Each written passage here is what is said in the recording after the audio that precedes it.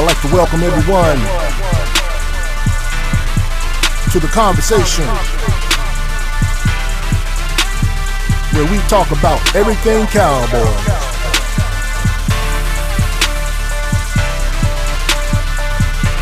My favorite team, your favorite team, America's team.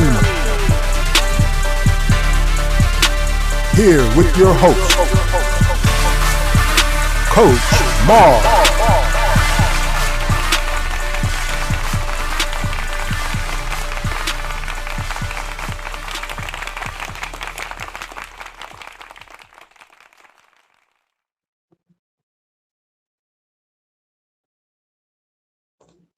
Cowboy Nation, how are you doing on this wonderful Sunday afternoon?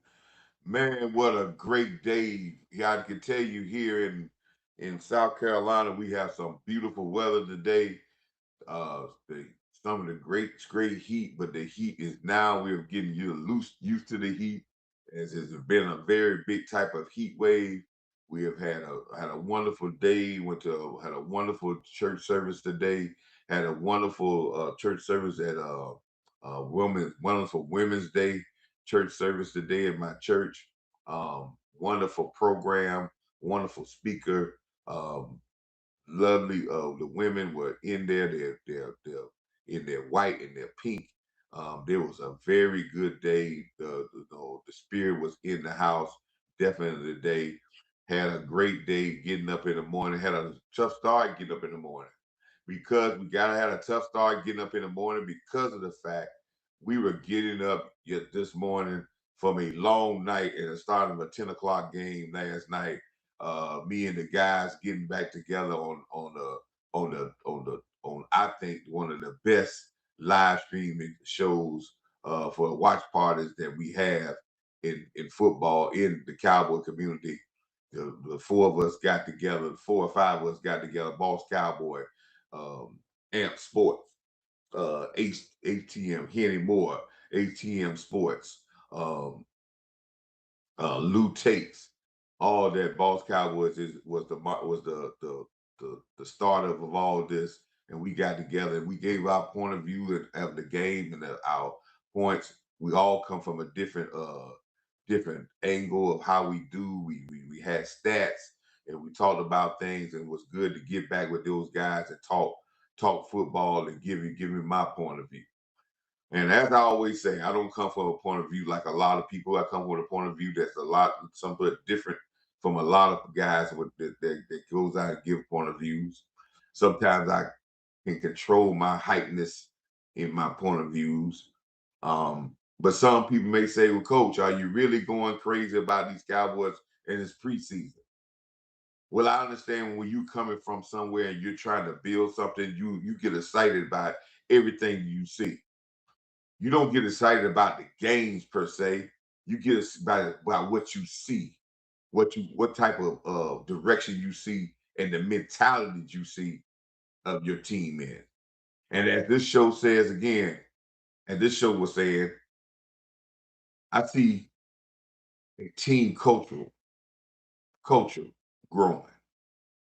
And as I always said, the intangibles, the culture of who you are is the most important thing when you're talking about having any type of successful football team, especially at this area, because the talent level from one team to the best team to the least team, you would think it's large. No, it's not.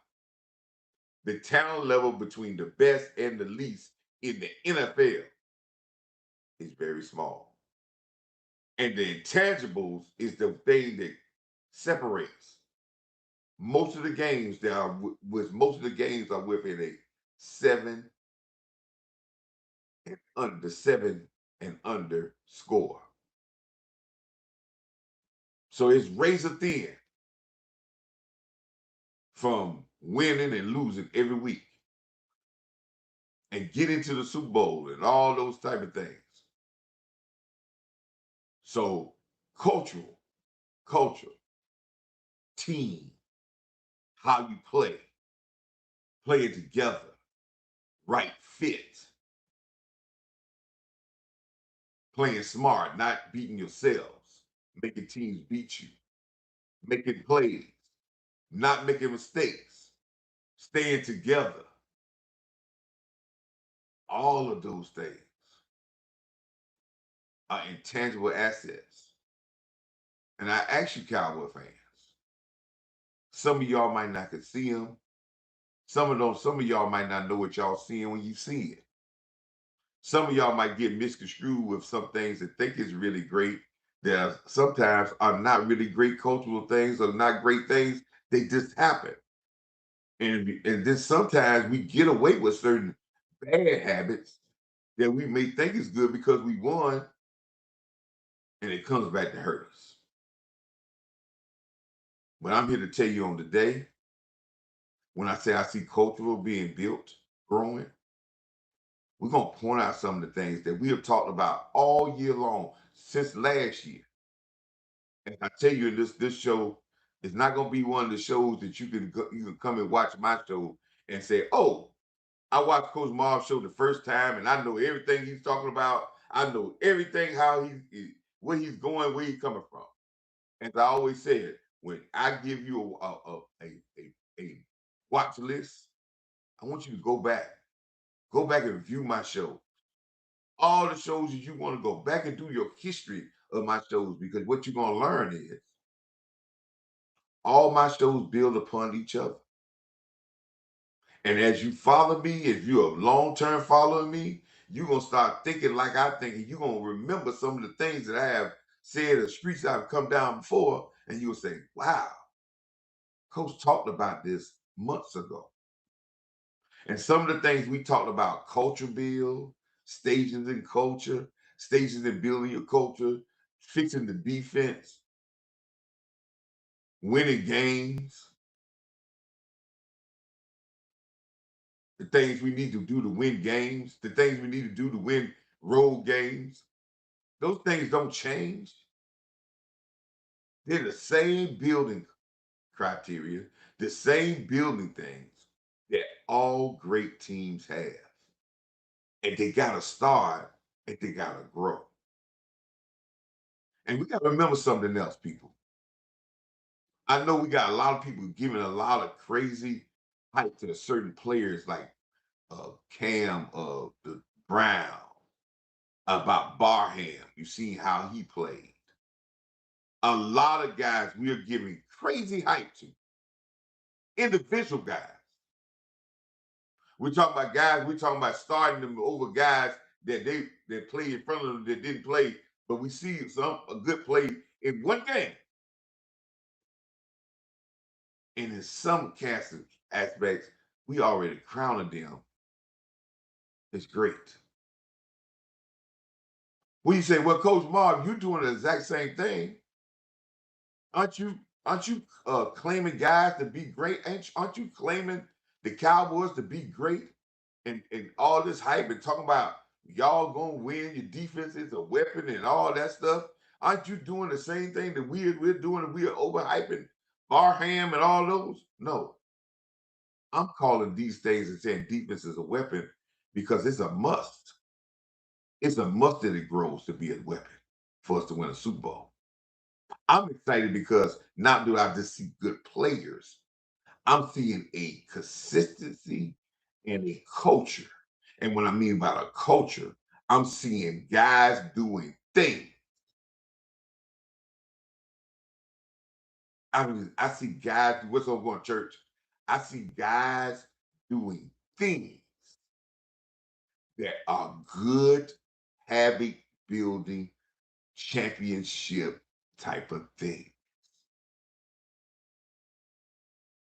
Let me give you a couple of instances before we go back and do a little recap of how a culture is built.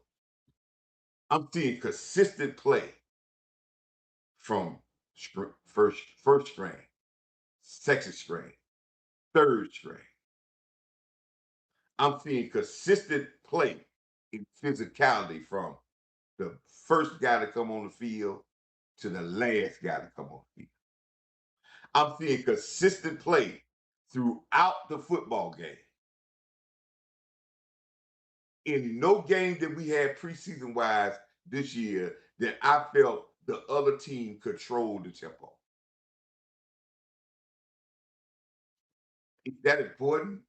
She give that too much hype. There's guys, there's been teams that won many preseason games and been undefeated in preseason and didn't even make playoffs, which is true.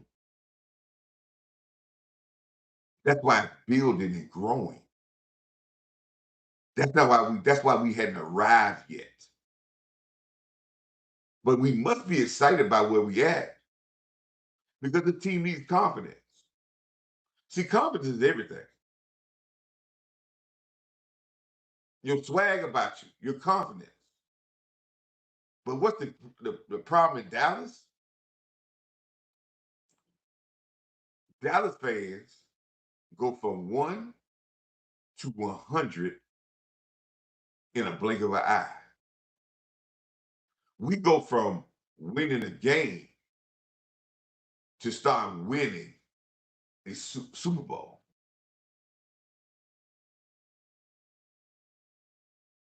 We got to be able to understand. And I heard it was something that was so amazing. And I wish I would have got a snippet of this. There was a little thing that I saw where as the Cowboy players were walking off the field, and they were like Cowboy Nation, and and the players were saying, "Thank you to Cowboy Nation about we got this victory." But I heard some of the players say this, and some of y'all don't understand this. They said, "We 1-0. We 1-0 again." You know what that says? What type of culture they're building? They're going step by step. They're beating you today, and then they're going back to 0-0 again the next day. They're putting everything in one game at a time, and they're stacking days. Cowboy Nation, they're doing the philosophy of chop wood and carry water. Fall in love with the process. They surrendering the Super Bowl and championship and the winning the division. They're not even talking about winning the Super Bowl or winning the division. They're talking about winning 1-0. I'm gonna bust your butt today.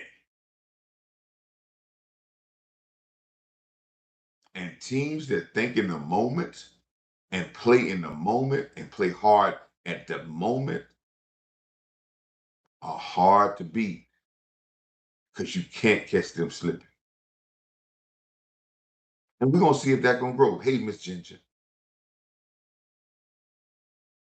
we're gonna see if that continues to keep growing. But there was a lot of good things that I see. But it's about the cultural bill and how it's growing. And as I say, as we go through this show, we're gonna go back to some of my old shows. We're gonna go back to some of my stuff that I posted and talk about them again because yes, we're seeing these same things that I told you I was gonna talk about long time ago, and I talked about a long time ago, and I always said it in all my shows. We're gonna bring them back up because you're gonna see them again, and then when you start to see it, and we bring it back up and go back and talk about how I talked about it before, then you're gonna start to see what I was trying to tell you. At first, when we talked about it, let me share this screen. My first thing I talked about many months, even on going to last year, and I said we in year 2 of it. I talked about something last year, and I talked about what I talked about last year was something about culture. And I said for building a tough season, I talked about a culture for building a tough season. And if you can see this, once you see it, give me a thumbs up when you see a thumbs up in the chat. And if you've been with me long enough, you remember when we did this show many months ago, almost in last season. And y'all remember when I did this show and I said, People looked at me and said that they didn't really understand what I was talking about when I was talking about building a culture back last season when Schottenheimer got his first coaching job. And some of y'all remember, I could have told you, sir, it may be built in one season. You may have to start it now. It might take 2 seasons to build. But I said building a culture for a tough season. And that was starting of last year because we had a tough season. And I said, these are the building blocks to a new culture slash identity in Dallas. And this is starting to grow right in front of your eyes. This is the difference between Coach Marv Real Talk and a lot of other shows.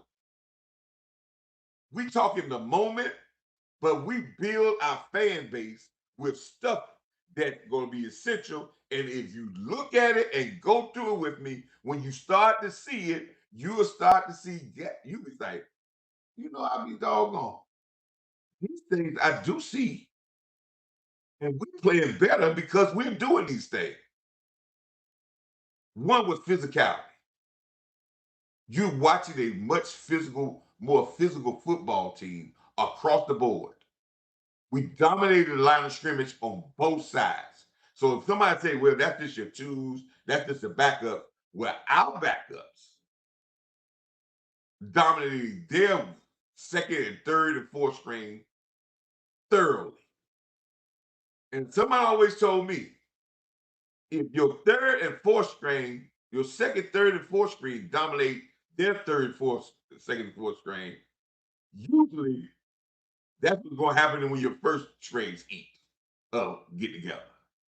There was no question that the more physical team in the last 2 preseason games has been the Dallas Cowboys. Tackling, running the ball, stopping the run, physicality, discipline. Well, you said something said, well, coach, we had a lot of penalties in week 1, 13 penalties. Yes, we did. But when you talk about discipline in play, yes, getting penalties shows a level of undiscipline in penalties. But there's other parts of discipline that you got to look at. Are your backups and the guys you put in the game falling into the same routine as the players in front of them? Is it a drop off in the level of production as you go from second, third to fourth string? Or do you feel that you have to you can look on the field and it looks like we're playing the same type of defense, the same type of offense with each level of each team out there. The second string, the third string, the fourth string. We see a level that means you are disciplined to play the same type of way. Now, yes, penalties and all that type of stuff that has to be worked on. But what shows me that we got a level of discipline going on, we can go from the first game to a lot of penalties to the second game in very little. That means when you got discipline means when I address something with you, you correct it. That's a part of discipline. When I address something to you, it gets corrected. Undisciplined is I can keep talking about it and you continue to keep doing the same stuff over and over. Undisciplined means when the first unit comes out there, the second unit looks like a totally different team. The third unit look like a totally different team. That's undisciplined. But we're starting to see discipline. Mental toughness. Yesterday was a big shot of mental toughness. We said, well, coach, what you mean by mental toughness? That's just a preseason game. What you mean with mental toughness? If you watch the live stream, when I got on the live stream of the watch party, I didn't say this in my show the day before, but I said in the watch stream of the live party because it was kind of heavy on my mind all day yesterday before the game. I said that preseason game against Arizona might be a trap. You know what I said it might be a trap? I said we might not give our best effort, and we need to be calm about if we don't give our best effort in this preseason game because the Dallas Cowboys have been away from home for a month. You got guys that have been away from home in Oxnard, California for a month.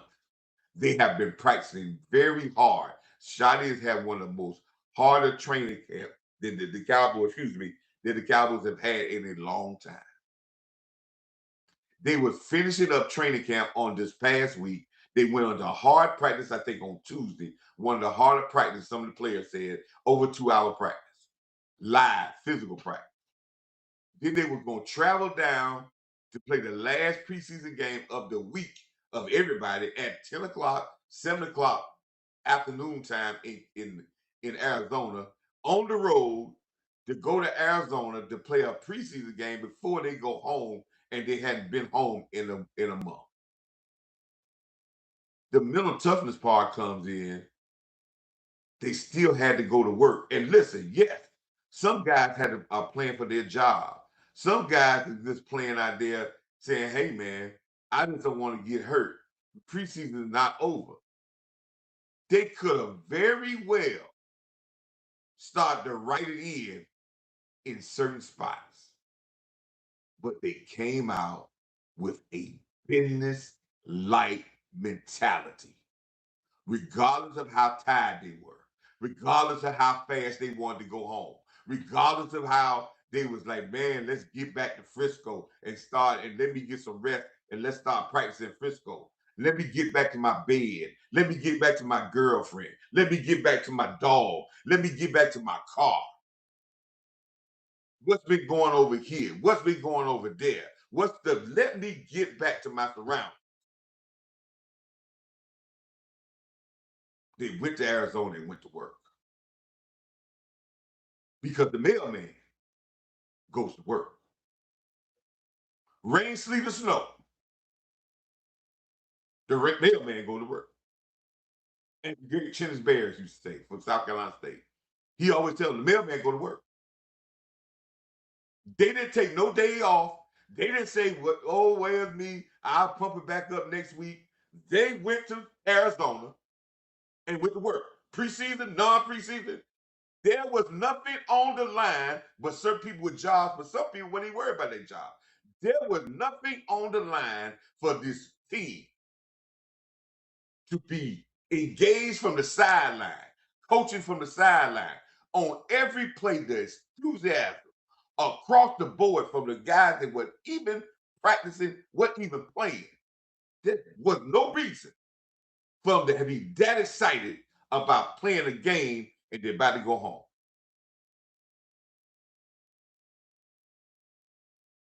But they were mentally tough and they locked in. That, my friends, is a very, very, very big type of cultural vision of this growth of this football team. And I credit that to the leadership and an overall focus of sticking to the main thing is the main thing, and it's time to go to work. Rain, sleet, or snow, the mailman got to go to work. 200 degrees, 200 below, he got to go to work. They went to work. That's why I say mental toughness. Coaching / leadership. This coaching staff is really communicating with this team. And then they went and got, as Church was talking about Von Miller being a coach, they went and got guys now on the defensive end that are leaders. See, they always have a leader on the offensive end. Dak Prescott was the leader. They officially went and got leaders on the defensive end. People like Thompson, the safety. Because Kevin Down talk about him all the time.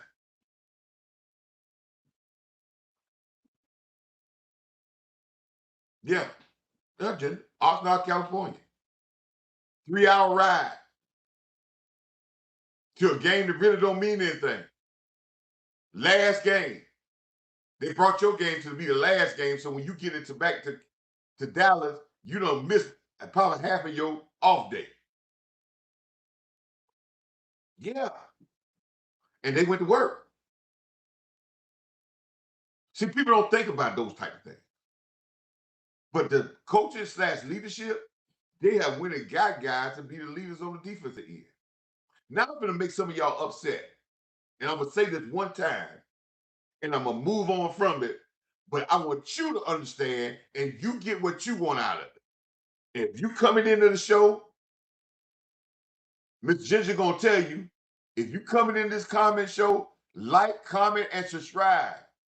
Share this video with everybody because they need to see this, but people need to see what Coach Marv has been talking about for months, over a year, because when they see the full product, they're gonna wonder where we come from.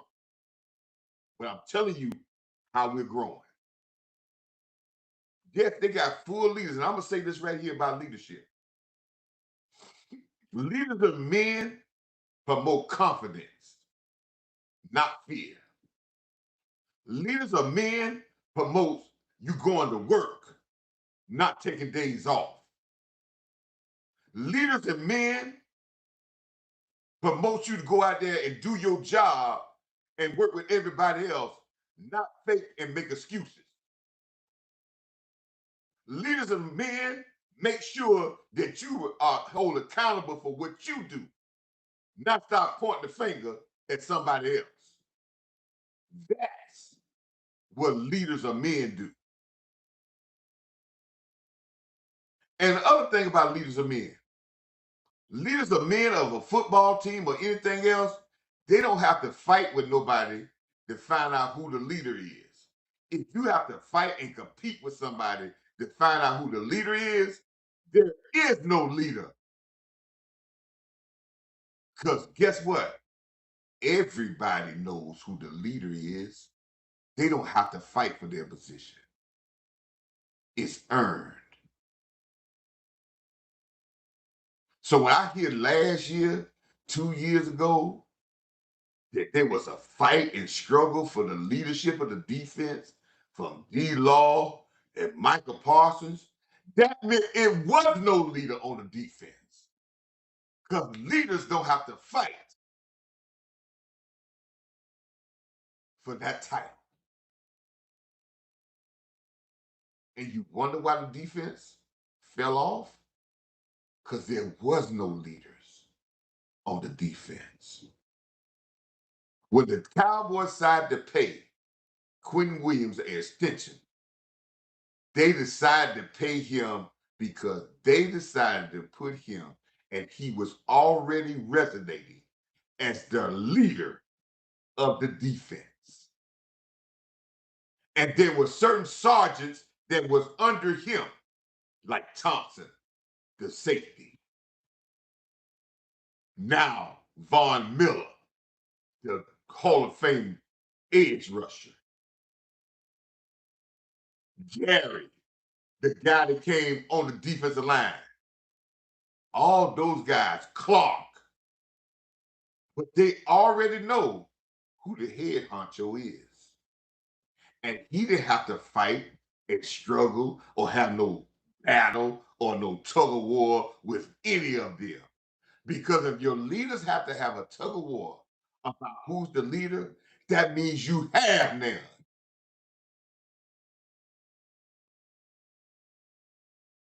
They just faking. They just campaigning. Real leaders don't have to campaign.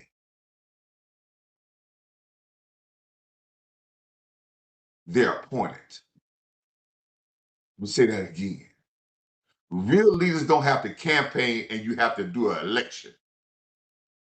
Real leaders are appointed by the whole group.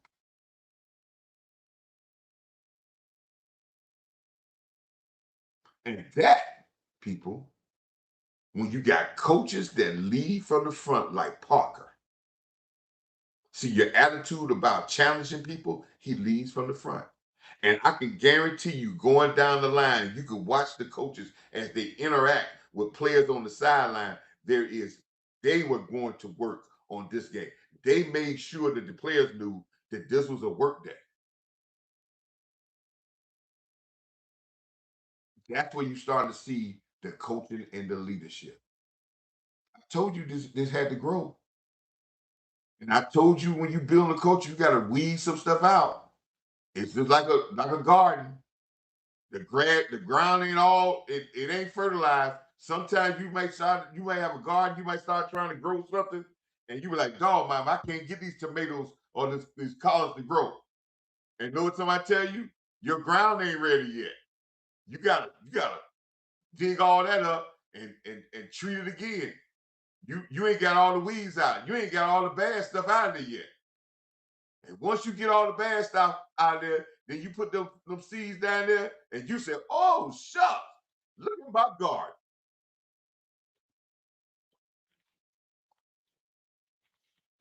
See, last year, we were tilling the ground. We didn't get it all out of there. Matter of fact, we got some bad fertilizers, eagle flus, coaching staff. We still have some weeds in there that still has some bad negative stuff. Yeah, we got all that out. The plants ain't grown yet, but they're growing. We can see good growth this year. And the last one was talent and talent. You'd be blind to say you don't see more talent in the football team. I know y'all want names, but you got young talent here that I guarantee you the team around here salivating. Listen here, you got a problem of you talking about going and get other players. You got a problem of saying, I don't even want to cut everybody I got.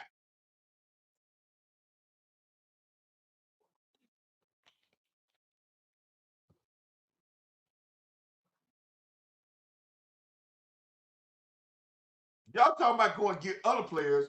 We got a problem talking about not cutting some of the guys we got.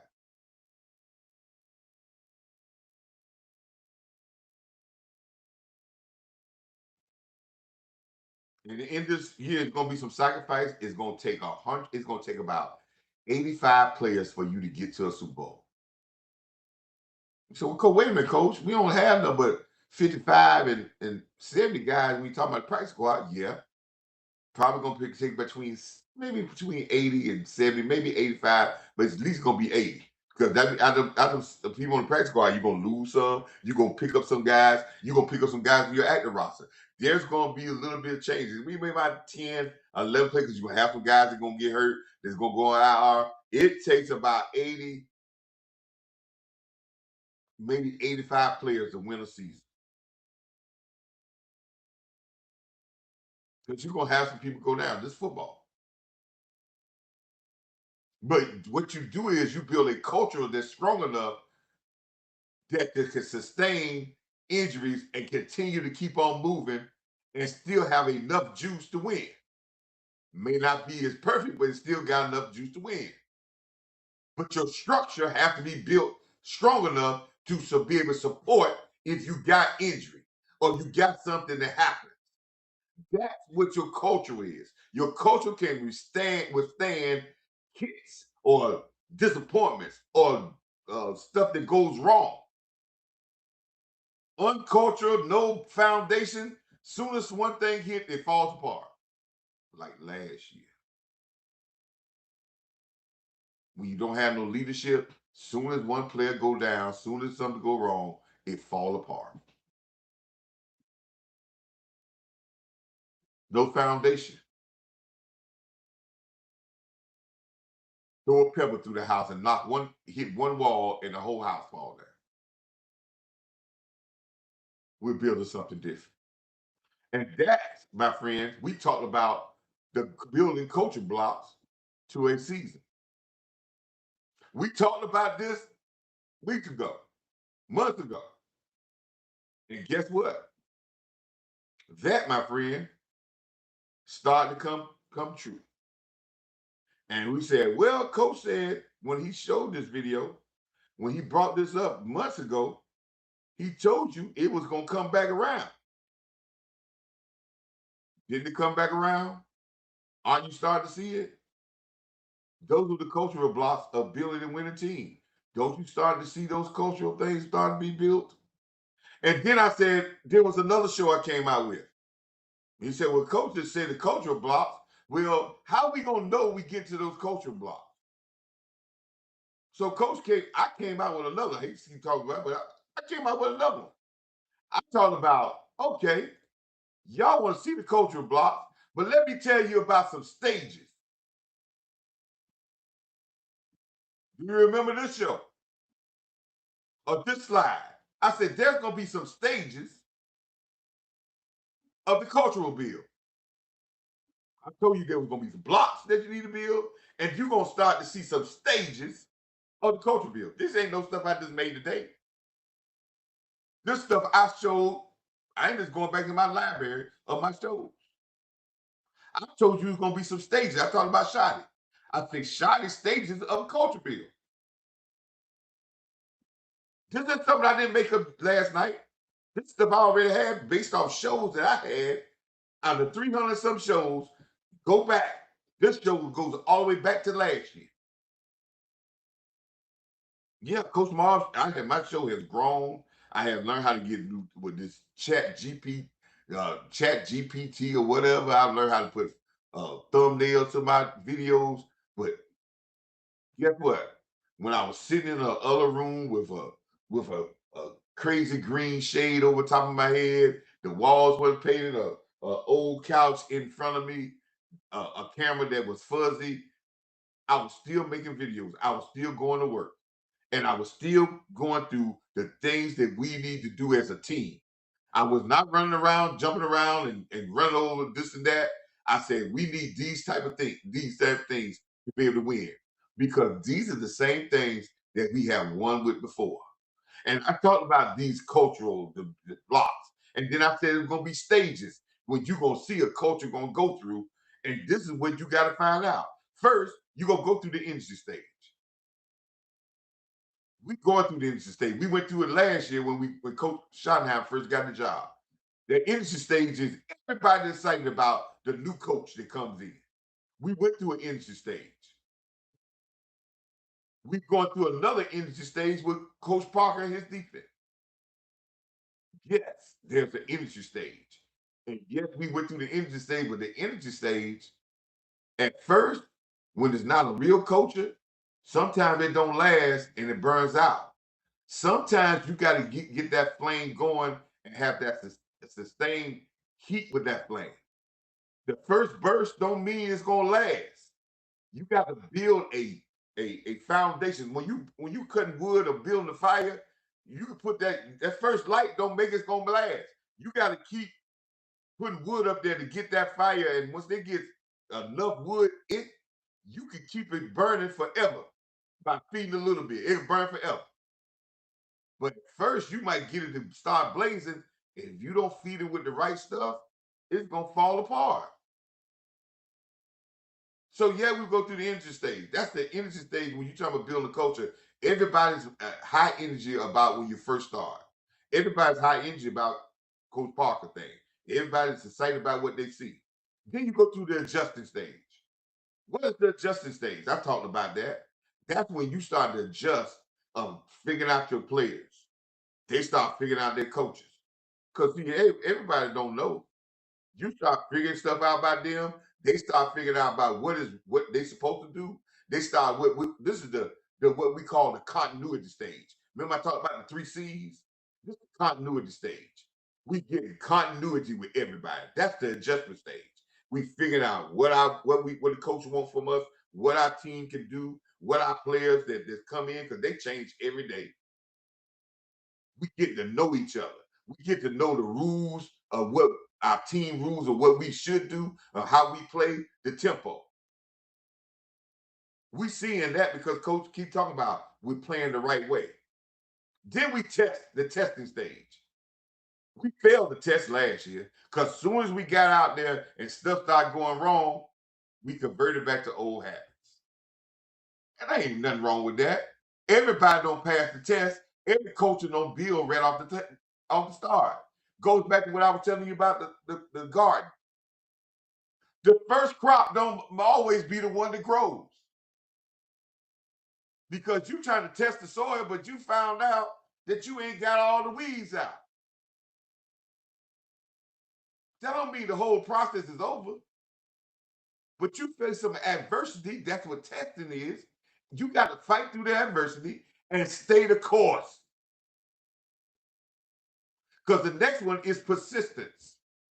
Persistence means stay the damn course. Yeah, we done ran into some, but if you believe in your culture, you believe in who you are, you might adjust some things, you might change some things. Schottenheim changed some things from last year. He said we didn't practice enough physically in practice. We didn't do enough conditioning in practice. I changed up some things about how we go about. I changed up about hiring a guy that was a veteran coach than hiring younger guys and more teachers. See, he learned. He adjusted.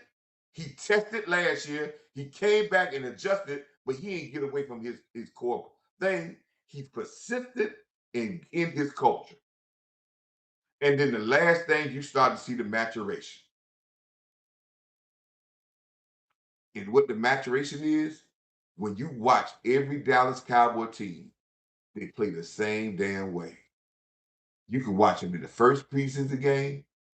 I don't mean they're gonna dominate and win, but they play the same type of mental way, the same type of philosophy, the same type of energy from week 1 to week 17 to preseason in 2026 to preseason in 2027. From the regular season in 2028, they played the same type of energy in the regular season 2026.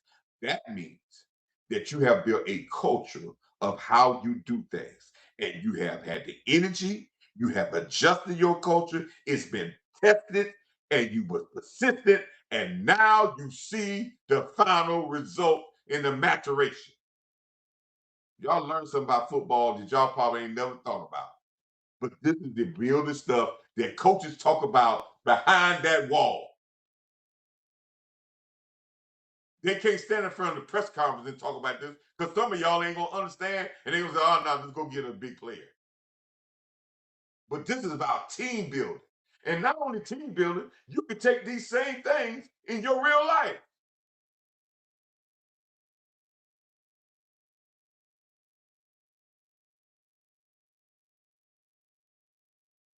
When I first started this show,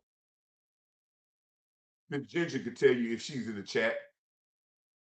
When me and her first met, and I started talking to her about, and when I talk about my show to her, and she could tell the enthusiasm. She's not no sports person. She listens to me because she knows how much I'm invested in it, and she listens to me because that's how supportive of she is to me.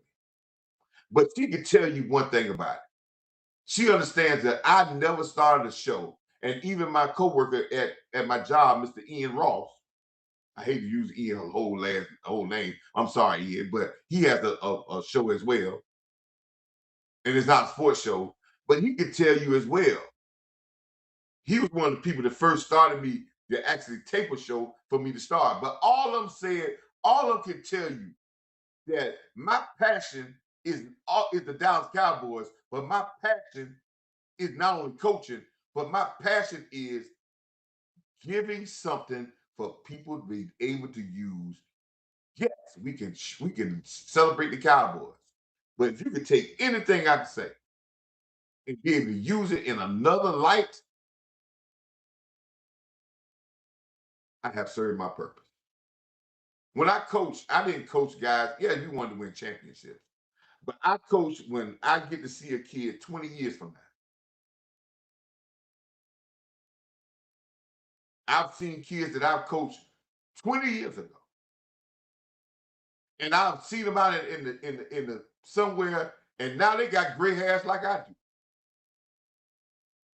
And for them to say, "Hey, coach," and they're with their children,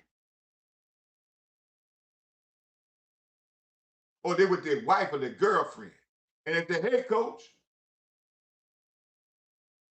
and you could talk to them, and they can relate to you about, and you could see the growth and some of the things that I taught them about being a young adult, or them to talk about how hard I was on it, and it taught them a lesson. They don't have to be in the NFL, baby. They don't have to be in the NBA. I coach basketball too. I coach baseball as well. They ain't got to be in the major leagues.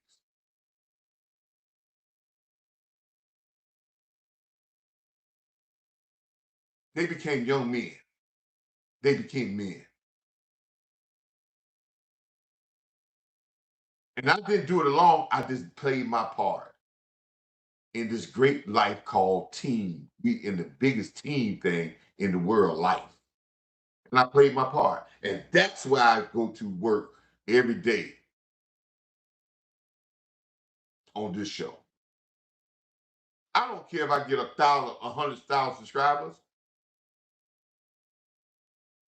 If I fit my role, I'll get what God has got for me. But I can bet you I can say this. We as Cowboy fans, we're gonna learn about some things. We're gonna see about some things. And as we talk about all the other stuff, we're gonna see that these things are the foundation of winning.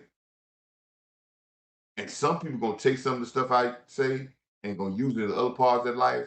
And I have one when that happens. Because somebody poured that into me.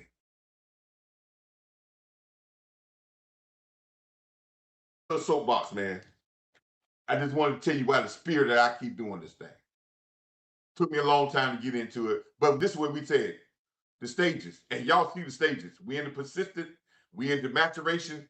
Man, this is where we at. I talked about these. These are the shows, and some people like Ty Cowboy. She could tell you she's been with me a long time. She could tell me, say, "Yeah, Coach, talk about these things. These are some of the stuff that he brought up in his first shows." And people, and I remember doing that, and we used to have 5 people in the chat, 5 people viewing. Yeah, I remember that. I used to talk about those type things.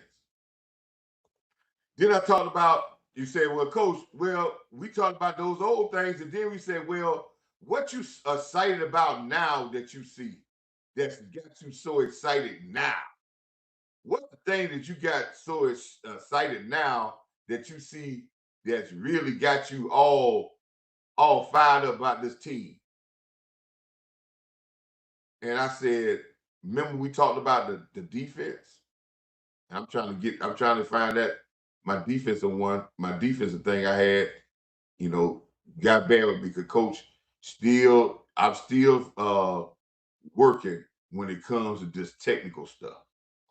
I'm still not a technical guy. Y'all gotta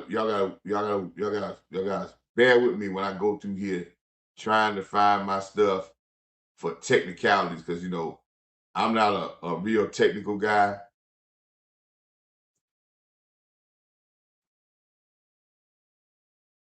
Y'all bear with me because I'm going to talk about this defense now because I'm seeing the stuff in this defense. And remember I talked about the defense about fixing stuff on the defense. Well, I had this stuff all pulled up, and then when I get in here now, and now I can't find it. It might not be meant for me to. It might not be here for me to do it. But we talk about this defense, and it's something I see in this defense. There we go. Here we go. Here we go. Here we go.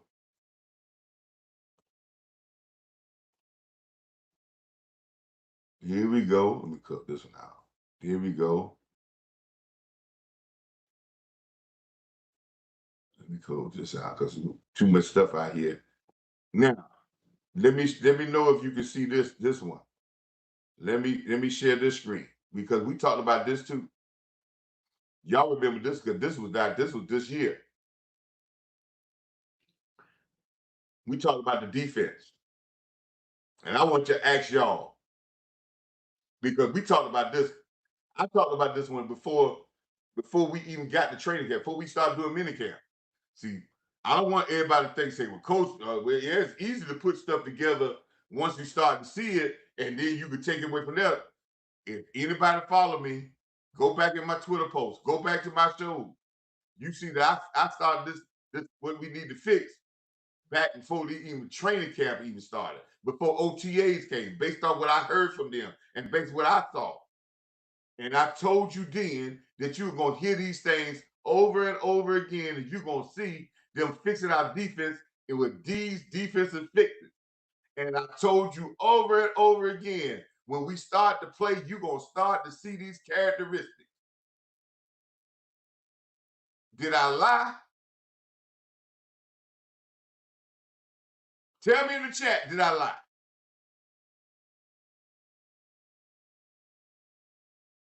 I told you we will get bigger. Look at our defensive line. They are bigger. Our cornerbacks bigger. We got bigger. Don't it look like we got more team speed on defense all across the board? Now it looks like we got more team speed because we are hustling harder. See, you ain't got to be as fast to look fast.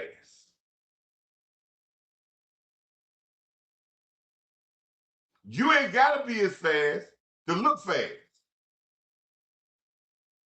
But if you're moving with intention and a purpose, you can look faster than you are.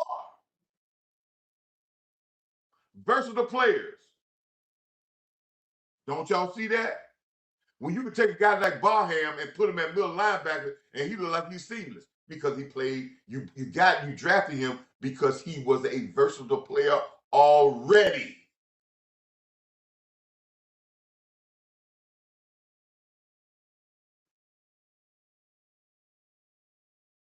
Now, I'm not claiming Barham as a superstar yet. There's a lot for the young man to learn. This is what I wanted to talk about today. He did well. But as the game goes on, he's got things to learn. He's going to have some failures. But that's why you surround him with guys that are veterans that we can learn together. We're not going to put the whole thing on him for him to be a star, but we want him to be very consistently good as he go through his growing pains. See, what we want him to do is, now we claiming him to be a star. Now we want to throw Overshown overboard. I'll tell you what, our Cowboy fans.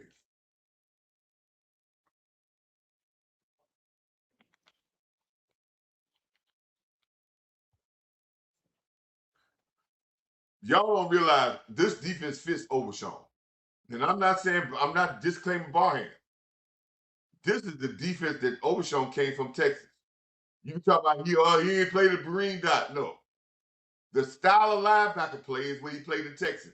It's attack at linebacker. It's not we gonna flow you all the way down line scrimmage and you will run from sideline to sideline. The defense is built to bring everything back to you. You see it on backside, we want you to go. I talked about this yesterday in the show. This defense, and you're going to need to look at this. Watch this, people. I'm telling you already. This defense is made for backside, front side. Linebackers to read the guards. They see block down. They see run. Go. Do not wait for combo blocks to get to you. Go. You're going to force. You're going to force to mess it up. The defensive line is going to hold to play the two gap thing. You're telling the linebackers as they hold and read and whole thing's for you to go get it. And when you go to get it and you don't get it, your safeties are reading behind you and they're coming to clean that junk up. This is the type of defense that you're in now. Stabilize with the defensive line. Play two gap. Hold it up. Linebacker C, go. Force it. Clean up by the secondary. Didn't that's what you wasn't that what you didn't what you saw in the last two games? That's why they talking about how good your safety is tackling. Do you see in the last two games? See, this what gets me. Y'all watch Barham make a uh y'all watch Barham make a big tackle, right? In the backfield. Y'all forget about that number 50, the linebacker from last year, did that same thing in Seattle game. And he just missed the tackle.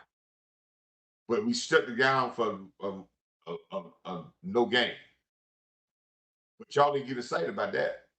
Y'all got excited about Barhead. But the previous linebacker from the last game did the exact same thing.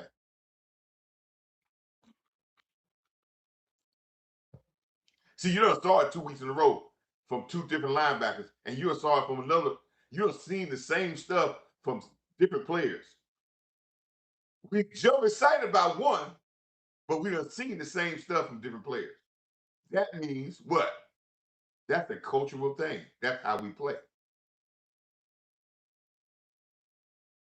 You see high IQ defensive players. They're teaching the guys to be high IQ defensive players.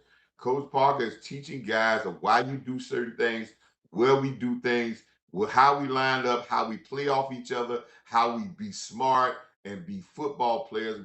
We're watching Chevelle Rebel as what Coach Parker talked about last week, 2 weeks ago, about Rebel learning situations, learning how to play situations.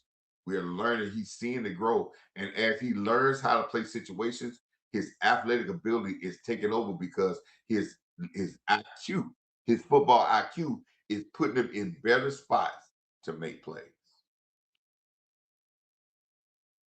See, your brain work gets you in a spot so you can make plays.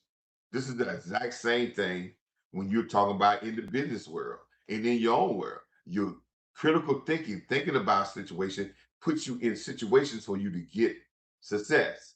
When I talk about intangibles, intangibles are not physical characteristics. That's IQ. They are things that you use to get a competitive advantage. IQ, football IQ is a intangible that is used so you can get a competitive advantage. I say again, on Coach Marv Real Talk, you're going to find out some things. You're going to hear some things. You're going to learn some things that's taught behind that wall that you're going to say, dog, I learned something here. Football IQ. I ain't say IQ. I should have said football IQ. This is not talking about how smart the guy in class and or call it football IQ. Knowing your job. It gives you a competitive advantage. Coaching staff motivated to teach young players. We starting to see young players play just like veterans. And then when you went and got them veteran guys that's gonna teach these young players, that's gonna take what the coaches say, give a little bit more sauce to it.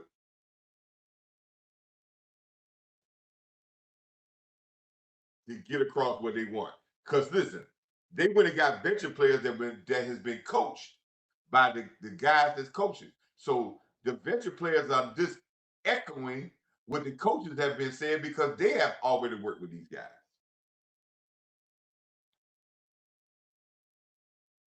That's just like a cosign. That's just like you get to see when you buying something on Amazon, you looking at reviews. Ain't no better review than say, damn, this coach worked with you, and you've been an all pro and you got a big contract. So everything he tell me, I'm gonna be listening like No, everything the coach tell me, I'm gonna be listening because he worked with you and you look where you got.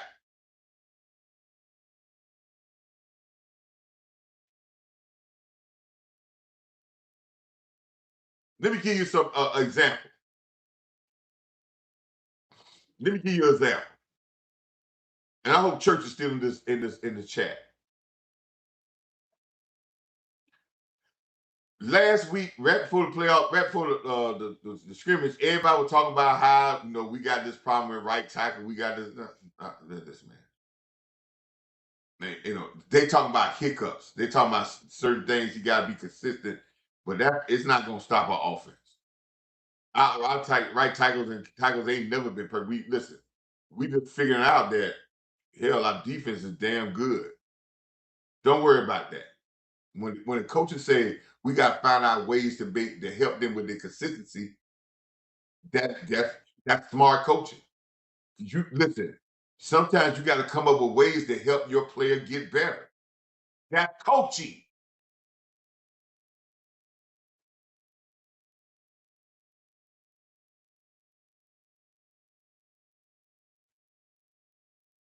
Some of y'all need to do that same coaching and working in your relationship. You do what you can do. Everybody got shortcomings. So when you do what you can do to help your partner get better,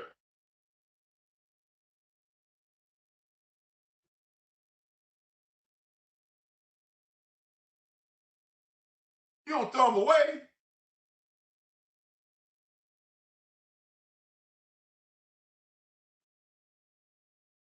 You you you enhance, you uplift their positives, and you safeguard their negatives.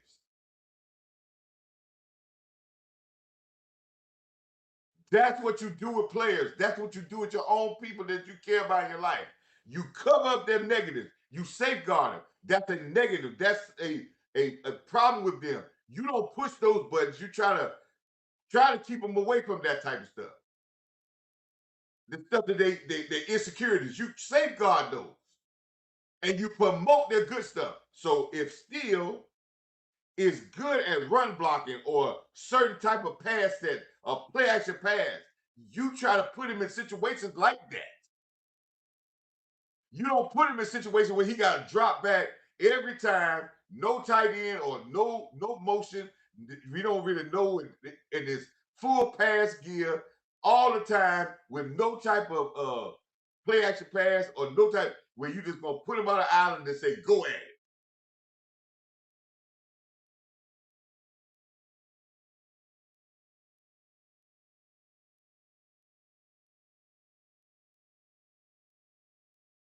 Then it's not Steele's fault; it's the coach's fault because the next guy who's not perfect, you put him in a bad situation as well. What I told you do with talent. Steele got talent. The number 71 got talent. Put them in the right position for them to shine. Motivate them. Hold them accountable. That's when you tell them about this technique. You hold them accountable. Motivate them. That's why he probably put them on Front Street in the media. Refine their skills. They're gonna work on his technique. But put him in the right position for him to be successful. I'll tell you, man, I don't tell you nothing in my shows that you ain't gonna see later on. None of my shows is for the moment. It's building blocks of success, football success. And I told you, every time we go through something, we're gonna see something I talked about.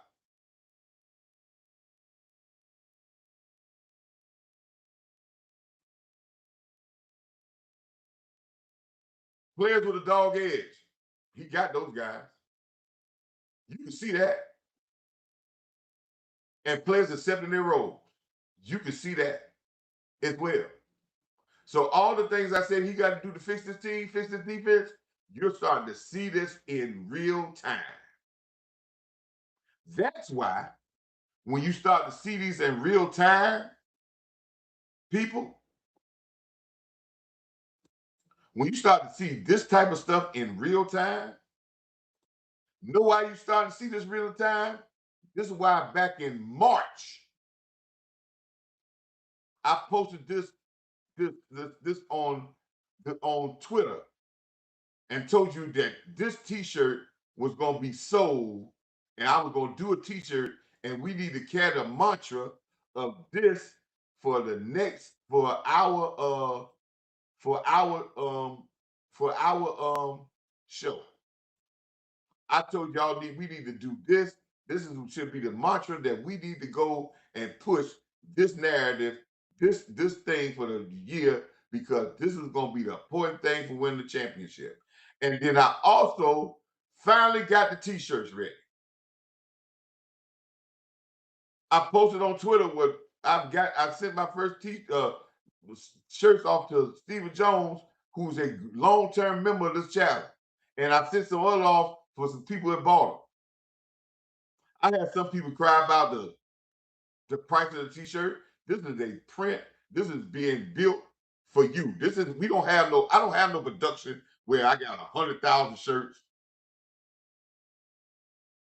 and they already printed.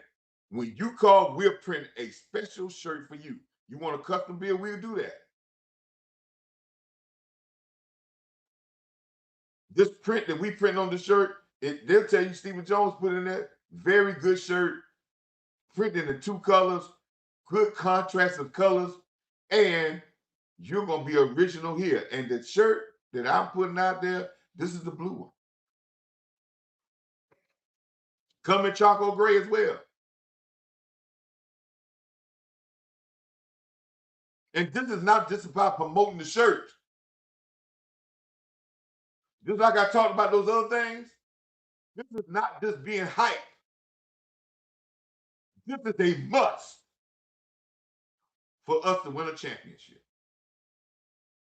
This is a must for our offense to be the best offense in the league.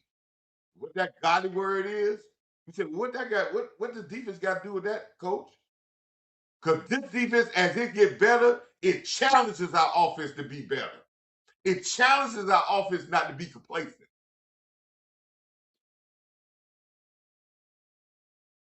It makes it easier for our offense to do whatever we want to do and be patient.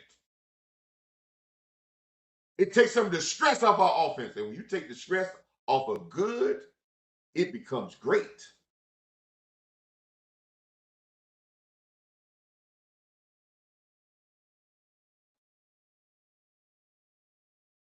If this defense rises to the occasion like I think it can,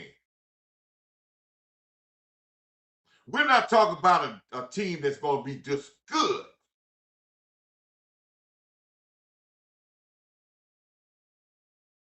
We're talking about a team that could potentially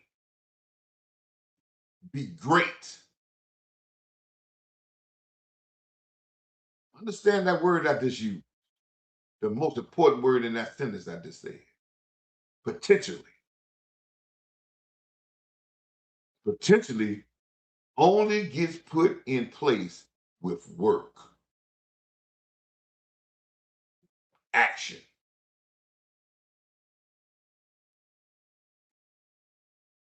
All parts working together in the same motion for the same result. Turns potential energy into kinetic energy. And kinetic energy means we actually dominating right now. Not for somebody to say we can do, we're dominating. And just like those players came off the field, the next damn victim is the Saints. Friday. It ain't the Giants. The next big event for the Cowboys is the first practice in Fittsboro. Win that day. Win the next day. Win the next scrimmage. In a squad scrimmage. Get to New Orleans. Go to them just like you went to Seattle and Arizona. Same mentality, same preparation, just another face. 1-0. same culture, same play style. Do that defense, offense, and then defense will become a weapon in Dallas. Can't say it no better. All the people who have emailed me on yesterday that on the show, they put the email address, they put this email address on the show yesterday. If you want one of the shirts, not only navy blue, charcoal gray, you want one of the towels. I just want the towels. I think the towels are more snazzy just in navy blue. But we could do the towel in charcoal gray. What size you want?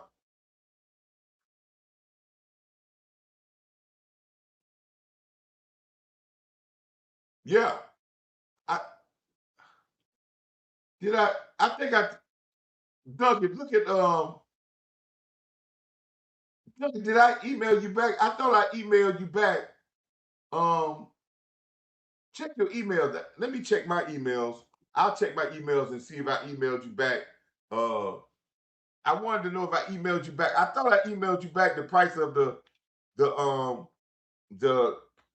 I gave you a price for if you can get the shirt, the long sleeve, and the hoodie, and the color you want. Check back your emails. I sent you 2 emails, and I gave you a standard price for both of those to put both of them together. We can order both of those, that hoodie and the long sleeve shirt, and send it to you.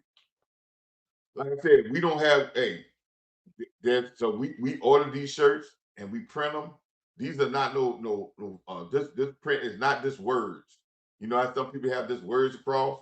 No, these words and Miss Ginger probably, she's still in the chat. Miss Ginger is the one is doing the printing of this shirt and everything. She's my print person. She's my, that's my part. She can tell you all the stuff that goes through this print thing. And this is not uh no little job. This is when we print out, we send out some quality stuff. But yes, the people who emailed me on yesterday, the people who emailed me on yesterday, I'm gonna get back when as soon as we get off this show. I've been dealing with church stuff and everything, but I'm gonna get in. I'm gonna email you back based off what you asked. I'm gonna tell you when you email me, we have a conversation back and forth. I can tell you how much the shirt was, what you want, what color you want, how much it is, and the instructions about how you send in your payment, as well as for us to move forward and making the shirt and getting the right address. And when we send it out to you, Stephen can tell you, we're gonna send it out to you. It's gonna be packaged nicely. It's gonna be a nice shirt, and we gonna also have an insert in there telling you how much we appreciate you and being with the Coach Marv show.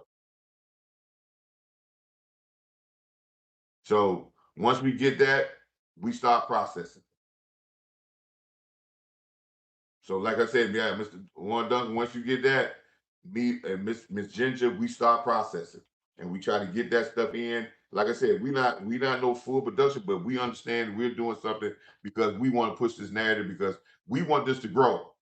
We want this to get inside the locker room.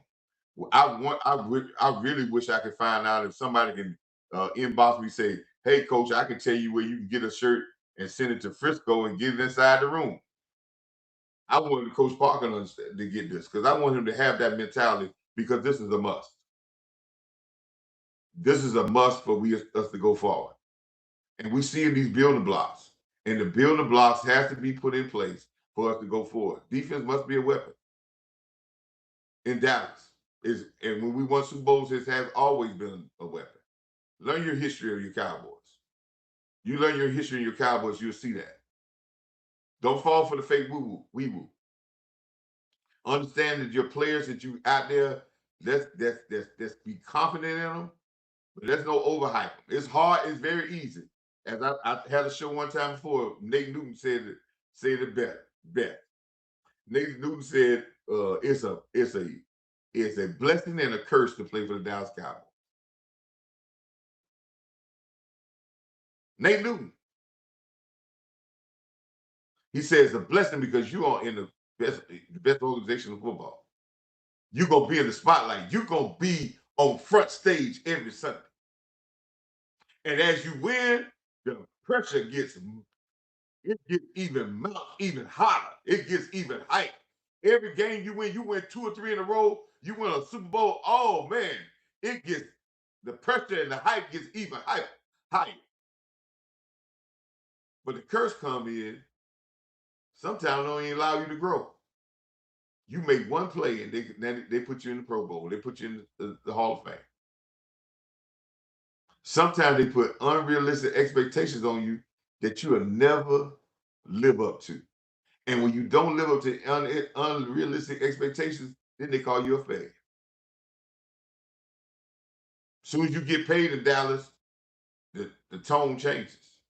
Oh, they be cheering on you, talking about pay the man, pay the guy, pay the man. And as soon as you get paid in Dallas, the expectations change. They get to you just not being good. They expect you to be the best in the whole world. And any mistake you make then is unacceptable. That's unrealistic expectations. Only thing I'm asking this team is to know the environment you're in. Know who you're dealing with. Know that you're gonna be hype over hype. Know that you're gonna be called celebrated. Know that people gonna tell you that you're better than sliced bread. Know that it's gonna be so much hype. Know that people gonna attack you every little thing. But understand that all of us have a part in this team. And if we win as a team, all of us is gonna eat. We're gonna eat well. But if we worried about eat individually, as they used to say, the JJ and Popo and Cool Breeze used to say on the good time. Together we stand, divided we fall. We tighter than pantyhose, 2 times as small.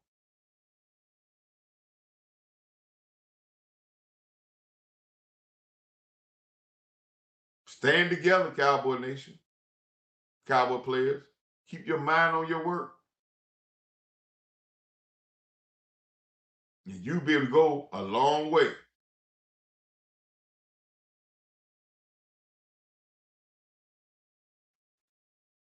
Stay together.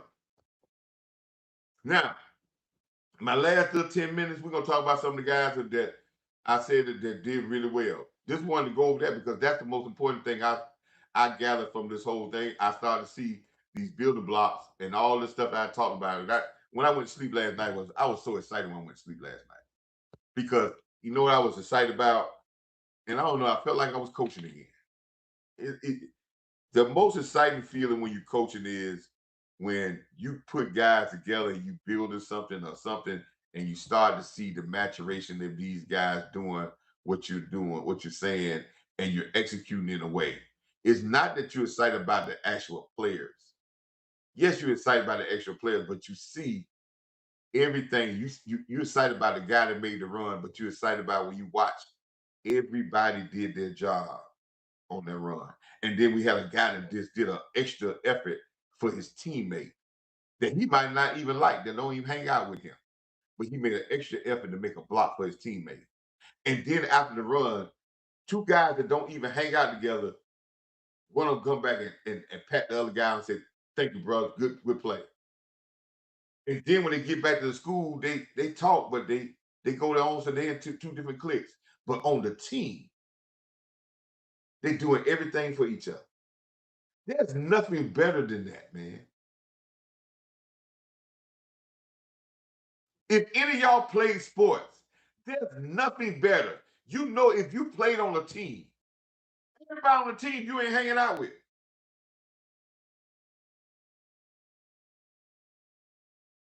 but that's your teammate. And when y'all on the field, you doing everything for that guy to be successful. And in that moment, y'all are all celebrating together. As soon as y'all get back to the locker room, y'all ain't dissing each other. Y'all go in your own directions.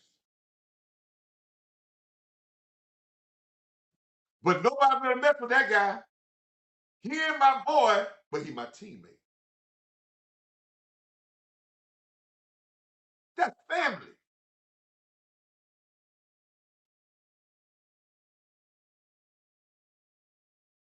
And when you get guys sacrificing for each other, just because you're playing together, that's the bond, man. You can't beat that, man. That's the thing I miss about sports, playing.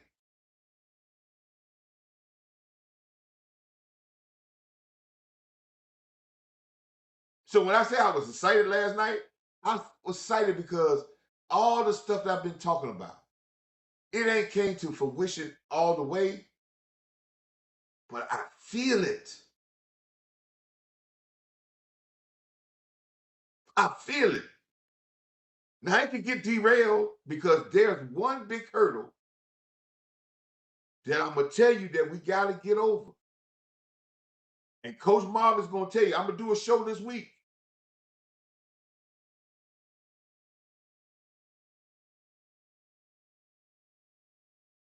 And that show is gonna be named Beware of Jack the Ripper.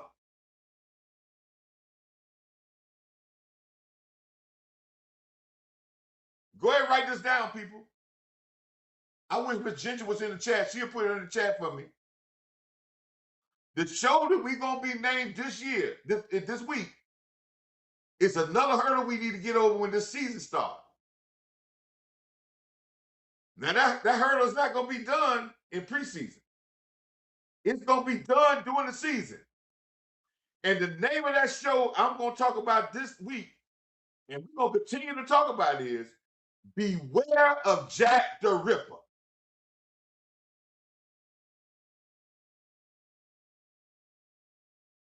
Beware of Jack the Ripper. Someone said, Cole, what you talking about, Jack the Ripper? Jack the Ripper comes and steals, distracts, takes joy, destroys,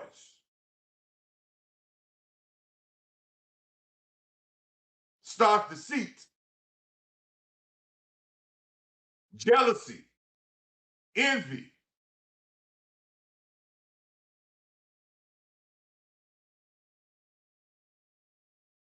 competing for each other, competing for success inside the team. Not competing for success of the team. We compete for success inside the team. Jack the Ripper could come and steal all what you have built.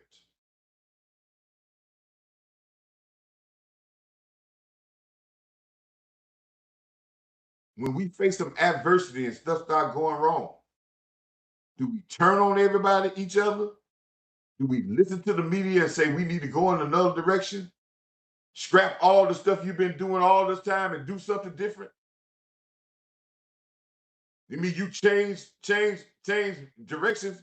You've been practicing a certain way, having a certain mentality all the way. You've been winning preseason games, winning regular season games. You've been successful, and soon as you run into a rough spot, you change the whole thing. You think you can win that way?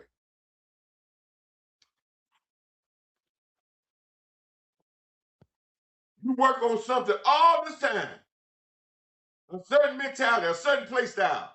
As soon as you run into something and you have a bad game, you don't do it the way you're supposed to, or you run into a rough spot, or you get it, you change the whole thing. That's what losers do. That's part of Jack the Ripper's process. Beware of Jack the Ripper. That's going to be the show this week. And that show is not going to just be a 1 week show. That same show is going to be said probably each and every week until we get to February, until we start standing on that podium and I'm sitting there with tears rolling down my cheek, singing the song that I wanted to sing for the last 30 years, that I sung every time we won a Super Bowl. We are the champions of the world.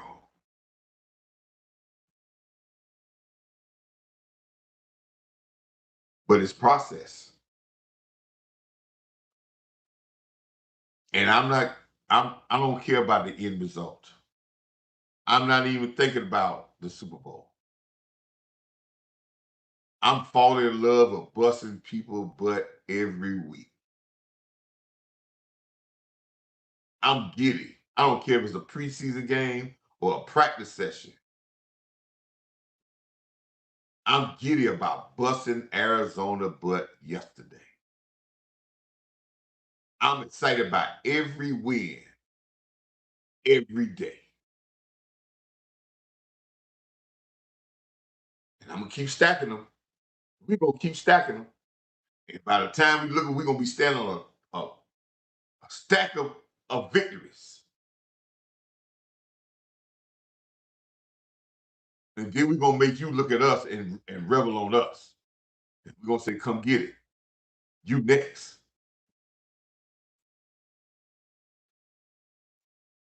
Come get it. You next.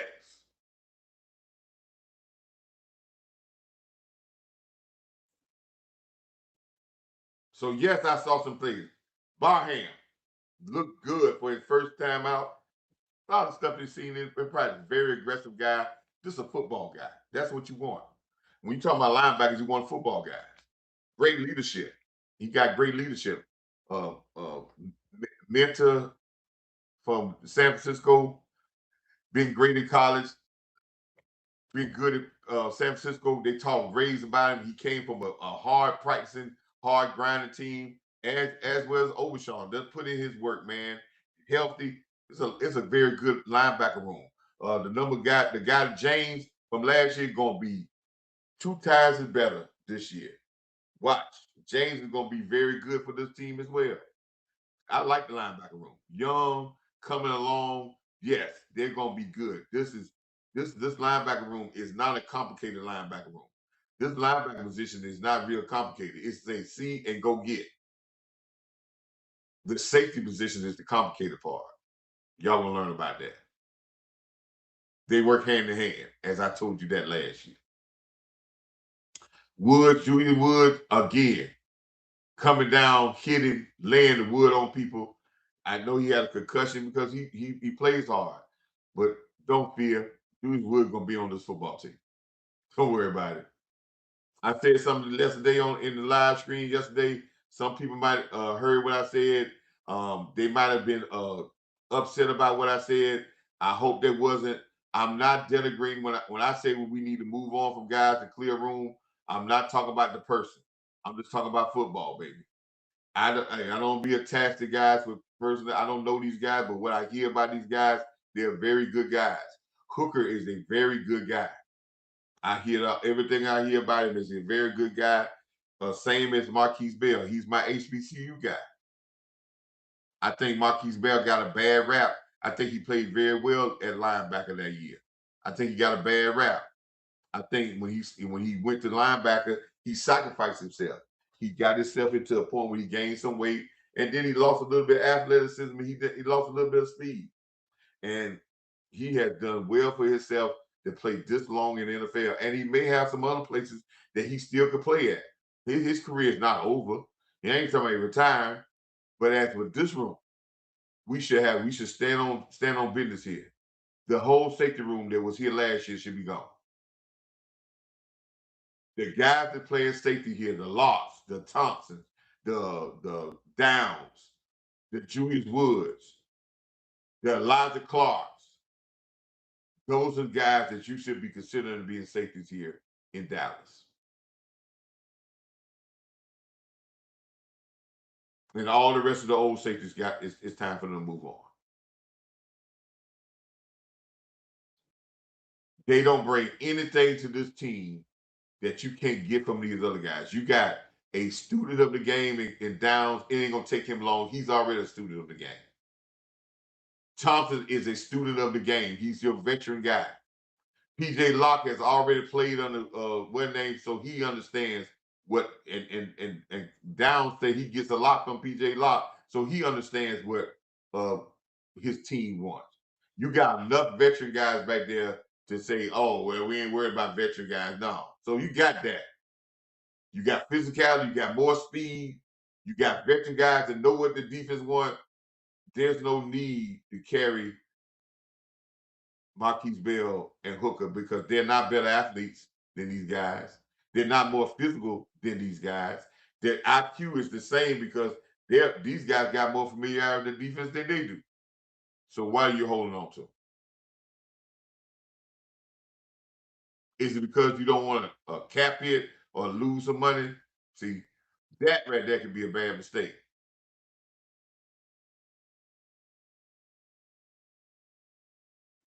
Time to be a fresh start and go to a brand new and let's say let's roll on.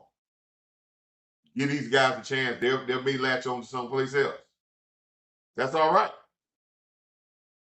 Because you can get if you can move on from Donald Wilson, you can move on from Marquise Bell and Hooker. Because Donovan, even though he might have played worse, but he gave you more effort and he gave you at least a little bit more in the physicality part than either one than these two.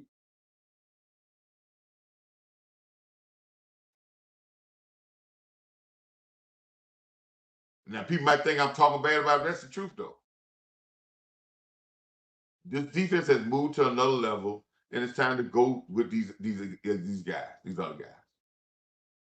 And I'll feel bad if you cut any of these guys to keep a job open for Marquise Bell and Pete and Hooker.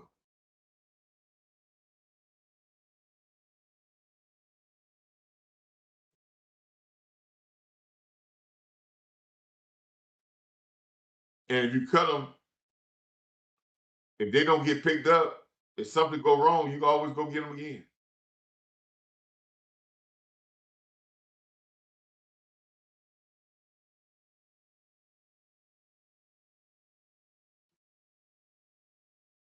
So, yes, that's my feeling on that. Y'all got a feeling now. The running back room. Everybody was talking about the running back room. Lou and Boss was very upset because they felt competition, and it was true. I understand their point. I really understand their point, and I did try to illustrate a point that I was trying to say that I may have tried to see where Scotty was coming from. Yeah, it's going to have to be a time that Blue. If you want to know what Blue is, it's going to be a time you got to run the ball 15 times, and you got to run him in the fourth quarter and run him hard to see if he can say and stay focused and does he get better as the game goes on. We got to stress test. And I understand with Izzy. Yes, we need, Izzy not been in stress test because he's been a lead back. It's going to be a very interesting situation.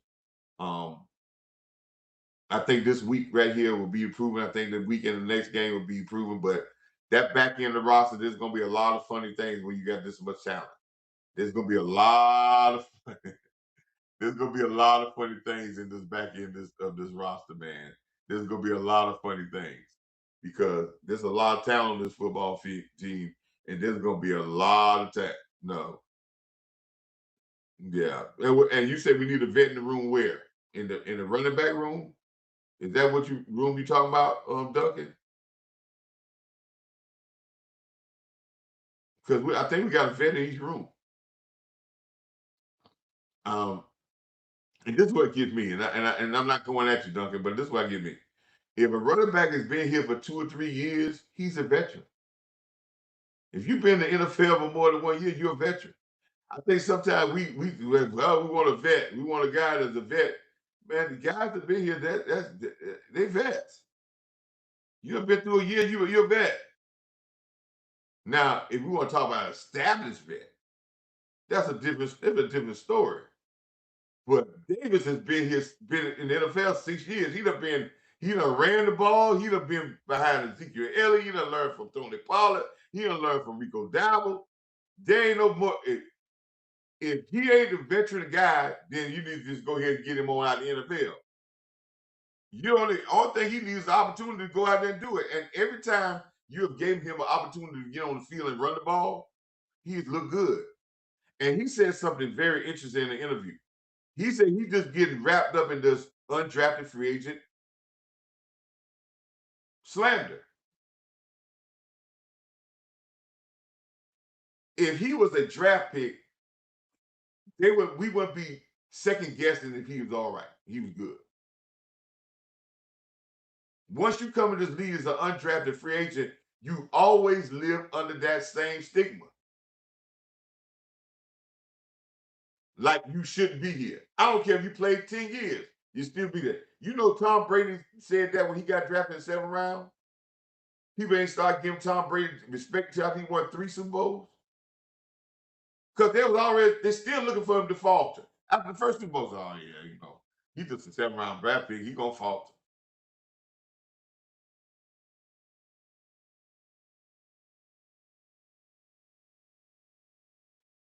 And you brought up an interesting point. I think we are, but why Terrence Steele is still getting the stigma with him by playing 7, 8 years, and he ain't played bad. I mean, you know what the stigma comes with Terrence Steele?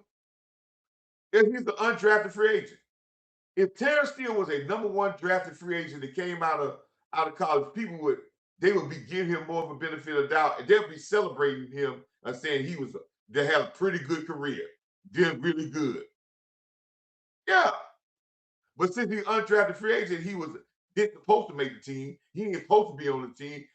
We wrong. We supposed to be draft picks. He's on a worse scope of everybody. Dak Prescott go through the same thing. If Dak Prescott was drafted in the 1st round, he wouldn't go through some of the stuff he go through right now. But the stigma is he was a 4th round draft pick. 10 years ago, 100,000 yards throwing the ball.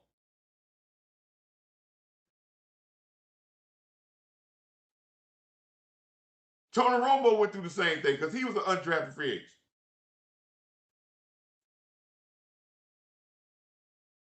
How you come in this league, they put a stigma on you of how you come in this league. And it stays because some people hold a vendetta against you for the life of your career because they were wrong about somebody else they want. And they don't want to admit that their draft analyst was wrong.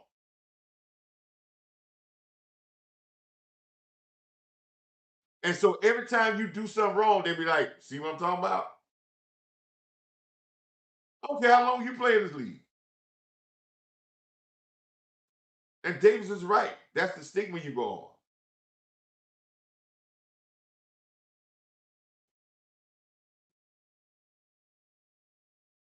So it's going to be tough about this one. I want to see how it's going to play out. But I understand this, and I want to make sure y'all understand this. The running game is the key to our defense doing well as our team being successful offensively. But I bet you our fan base in that's going to be the hardest fight with our fan base to understand the need for physicality.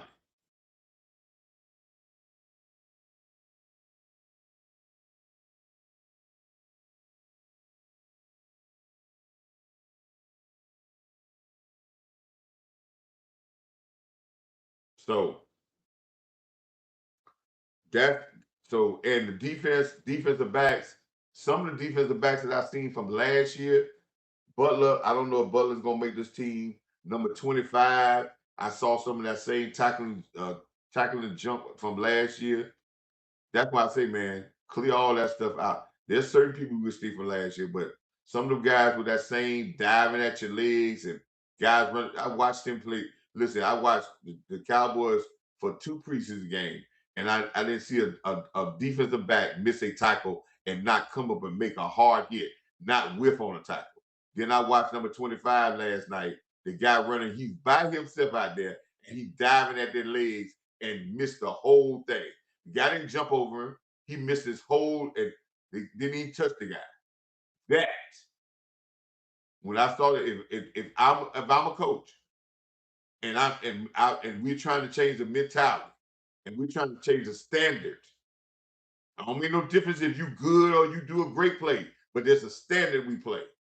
And I watched film all last year, and I saw if we do that, I watched. If I was the coach and I came here, and the film I evaluated for last year, I saw all y'all doing this same dive at the legs, what Elam was doing, what Dees were doing, and just missing guys, and this guy just keep running, and you ain't do no effort to make a tackle on the outside, and you standing by yourself where you could knock a guy down, but you decide to say, I ain't gonna hit a guy my size. I'm gonna let him get beside me and dive at his legs and miss him. Guess what? When I watch that on film, video has to be cut. That's it. Goodbye. No second chance. because you're a third or fourth string. There's no second chance in that. That's a mentality setting thing that says to the room, if you ain't on top of this mountain, you better do everything possible that is our mentality every time. If you don't, you are eliminated.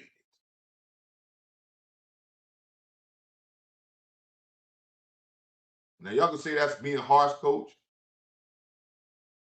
I talked about this when they released Holder. Y'all remember before they released Holder, I told you right after that game that Holder would be cut from my team. When he muffed it, when he went and tried to grab that point. Some people thought, like, well, he trying to make a play. He trying to no. That's selfish. And it hurt the team. See, he's trying to make a play for him. But him not making a play hurt us. See, when you do something that just hurts you, when you go out of your family and you spend money in your family and it only hurts you, well, you can do what the hell you want to do.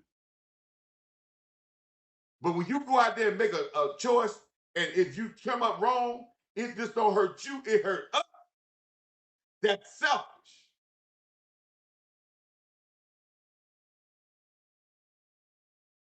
There's no room for selfish in team.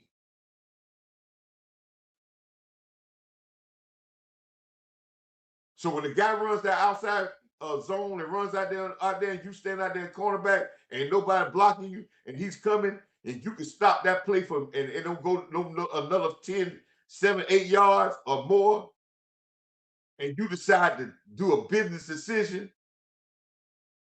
and do a half-ass effort to tackle a guy, you save yourself, but you hurt us. And you are back, you are a guy that's getting in the second preseason game in the fourth quarter. You have just played your last game in Dallas. Yeah, point blank. So I look to see if number 25 is cut this week. If he is, right, who this culture build is being built right.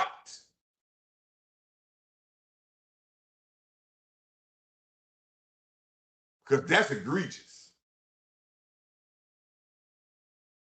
Because I ain't see it, and when I go back and watch the film, if I see it in anybody else, because most important, I didn't see it by the most part of the whole team. But if I go back and watch this thing, and I see, and what I always told y'all when we watch film, when you watch film, some of y'all go out there and be watching plays and watching for highlights. What I always told you when you watch film, what you watch first. What you watch first when you watch film. The first thing you watch when you go watch a game and you watch film, the first thing I evaluate is effort and want to. Let me say this again. Before I go watching and start judging if you made a play and what the play and your technique, I go through it, I watch it the first time, and I watch effort and want to. Because without effort and want to, all the other stuff don't mean nothing.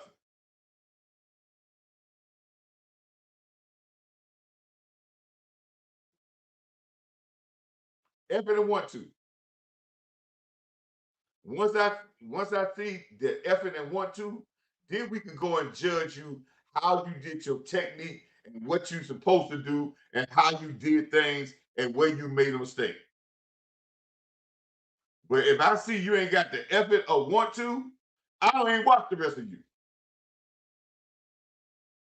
Why I need to know what you did on that play? I already see that it's a not want to,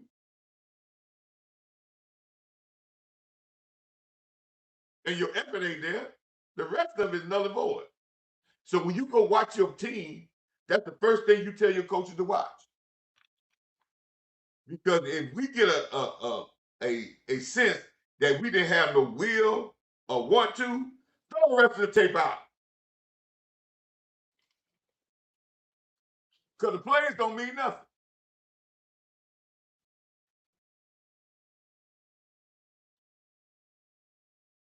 Damn right the plays ain't gonna work.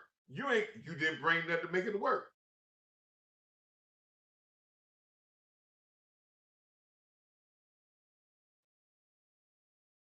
Now some of y'all say, well, coach, you sounded harsh. That's the truth though. So when y'all go watch film and y'all watching games, first judge is your guys playing hard. Do they have will and want to? And if you got that part, then we can fix the rest. We can't fix it if they ain't got no will and want to. That can't be fixed. And if they go too many times no will and want to, then I need some more guys. I can take me some guys a little less talented and win if they got will and want to. So I see that across the board. But there were some instances I saw that wasn't there, and that pissed me off. 25, I like you from last year. But when I see a total whiff on that, and I ain't went back and look at it. When I go back and look and I see some total whiffs, I ain't talking about you make a mistake because you got beat physically. Man, that's a different story. But you can see when a guy just didn't have see will and want to. You can see when a guy is trying to don't want to. You could see when a guy when he going at a person and his will of just being tough is not there. See those two things. That's why it's two words: will and want to. You can see when a guy that's trying to avoid it. You can see a guy that when he ain't fighting enough and bringing all of himself to fight enough.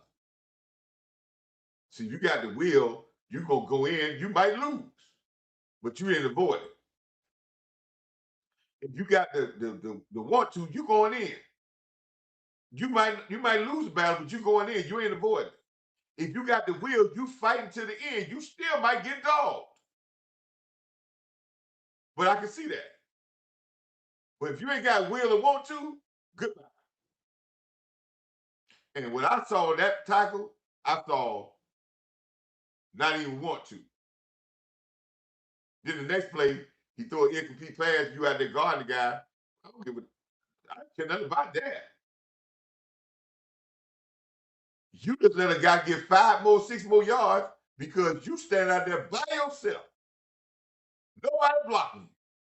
Free reign to knock this man out. And you dive and miss his whole body. That is unacceptable.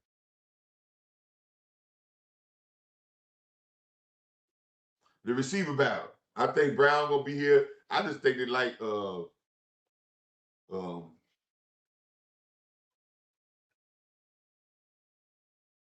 number 81, his hustle. I think confidence is building because Shotty talked about him. But the thing about it, man, he just made one play in the game that he ain't make. Just don't get too hyped. That's where we start getting hyped. I think the receiver room in number 83, the rookie guy, beware of him, man. He got juice. And I think he's gonna make this roster. Some of these other guys, they're not, but they're gonna do some funny stuff to keep guys around.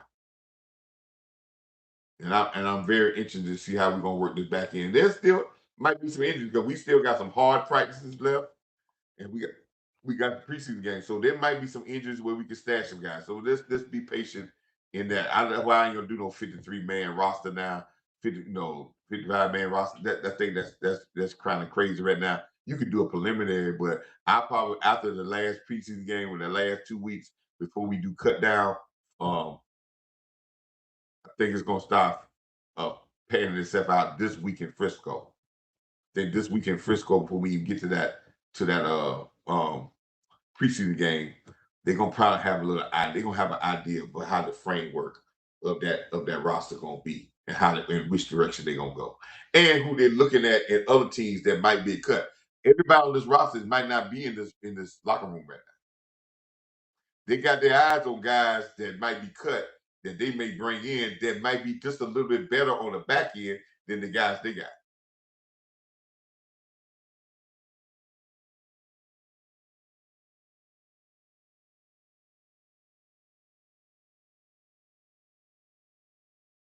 Yeah, Yeah, thought Ice cured anything. Yeah.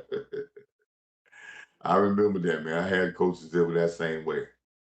But listen, man, as I said, man, as I end the show, man, follow these other content creators. My show is unique. If you on a part of the show, share this. Go and talk into your groups and to your people. Tell people about, hey man, we learned some football from Coach Marv. It's not a lot of fluff. Some of the stuff you're not going to agree with. Some of you gonna stop. You're gonna see the picture of it. And my other guys, they do a great job. This is not competing inside the other way. It's just a different point of view and a different rant. But I always pride myself and say, what I talk about, we're gonna come back down that street. And what I mean by we gonna come back down that street is it's gonna show up. Nothing I'm talking about is not gonna show. It's gonna show up. And we're gonna be able to see it. As we saw about the things when I put on and posted on there, all that stuff I put in there, or those shows I said about this cultural bill, you see that cultural bill. You see about the stages of this cultural bill, we see that. Well, there's a question here about what's your opinion on Maris. I think Maris DFI is in a tough situation. I think he can find a job in the NFL. It might not just be here. I don't think Maris and I'm gonna get a lot of pushback on this because some people gonna push back on this. I think James, I think the linebackers that play in the middle are better than Maris DFI. I think Maris DFI does splash plays where he punches the ball out, he does splash plays. But some of the things he don't do well. Sometimes he gets himself out of situations. I watched that. A lot of people say they did. A lot of film said he's perfect. No, he's not. He's aggressive and he can pop sometimes. But he's a very hardworking guy. Listen. I understand what's him about the. It's a lot of talk about the green dot. Chill, people. The green dot is not that. These guys been playing football a long time. They understand that green dot. Yes, it does this and that, but there's a lot of guys that's been a green dot that didn't have to be the biggest, craziest guy on the field. I think we just taking that and running too far with that. The leadership of a person that stresses in that huddle is what you want. The call comes from there. The communication comes from everybody. Saying the call that you give from the sideline, that ain't nothing. The communication of on the field comes from everybody. So it's not just one person's gonna be talking and communicating. This is communication is gonna come from everybody. That green dot is the one that what you want from a green dot is a guy that's dedicated to the cause, that's dedicated to putting the effort. The guy that's gonna be the standard. That's what you want in the green dot. That's what you want guys looking at when they're looking at her. But you think he's up there making the calls and changing the calls with the defense coordinator? No, he's not like a green dot like a Ray Lewis. That's a difference. There ain't many of those guys, and all the green dots you've seen, it ain't all. Listen, the communication comes from everybody. So I think we just going crazy about that, like it's like that's something when I hear our Cowboy Nation concerned about the green dot, that tells me that we got less problems than what we think. When I start hearing some of the problems that we are talking about and we getting upset, and yes, it's important. The running back situation is important. I'm going back to that right quick. It's important. But when we are so adamant about these things, that means we got a lot less problems than what a lot of people got. And that should make you feel good. Not saying you shouldn't be on top of it and on working on it. But that should make you feel good. I just think Maris is in a tough situation to make this team in the linebacker situation. And I don't think he's better enough to make this as an edge rusher. Charles Week should get on this team way before Marv as an edge rusher. If you want to go that far in the roster. Wheat, maybe even like I think might be Isaiah Lamb too. These guys, yeah. I think it's just tough for him. And I knew it would be tough. But like I said, man, as I said, we're gonna go down these roads. Please go back into my catalog and look at it. Like, comment, subscribe. I need something. I need y'all help, people. If you can put a super chat or a gift into the super chats or the gift, that's great, man. I'm trying to get over a threshold so I can keep my algorithm up. So those things I need from you. If you checking out these videos or if you put a super chat in there, all those things helping the algorithm. Need all those things to happen before the first, so I can keep my algorithm. YouTube is very funny about making sure you hit certain standards so you can keep pushing your videos and your stuff and you get to the monetization you want. Also, if you want to support the channel, we got a lot of big changes that's coming up because we're going solo and we're doing a lot of stuff. We got a lot of big changes coming up. Yes, we want you, if you want to order that t-shirt, again, if you want to order that t-shirt, I'm going to respond to all my emails. If you want to order that t-shirt, Defense is a Weapon in Dallas, either in charcoal gray or navy blue, email this at Coach Marv 1914 at gmail.com and I will respond tonight, and we're going to talk about and see what it is, what the cost, and get your money sent in, and then we're going into the process and get that thing sent out to you. Yes, if you want a hoodie, there's a cost for if you want to try for us to order a hoodie, or if you want a long sleeve, all those things are in place. If you want to order them, we can go back and forth with email and we can see if we can get that done.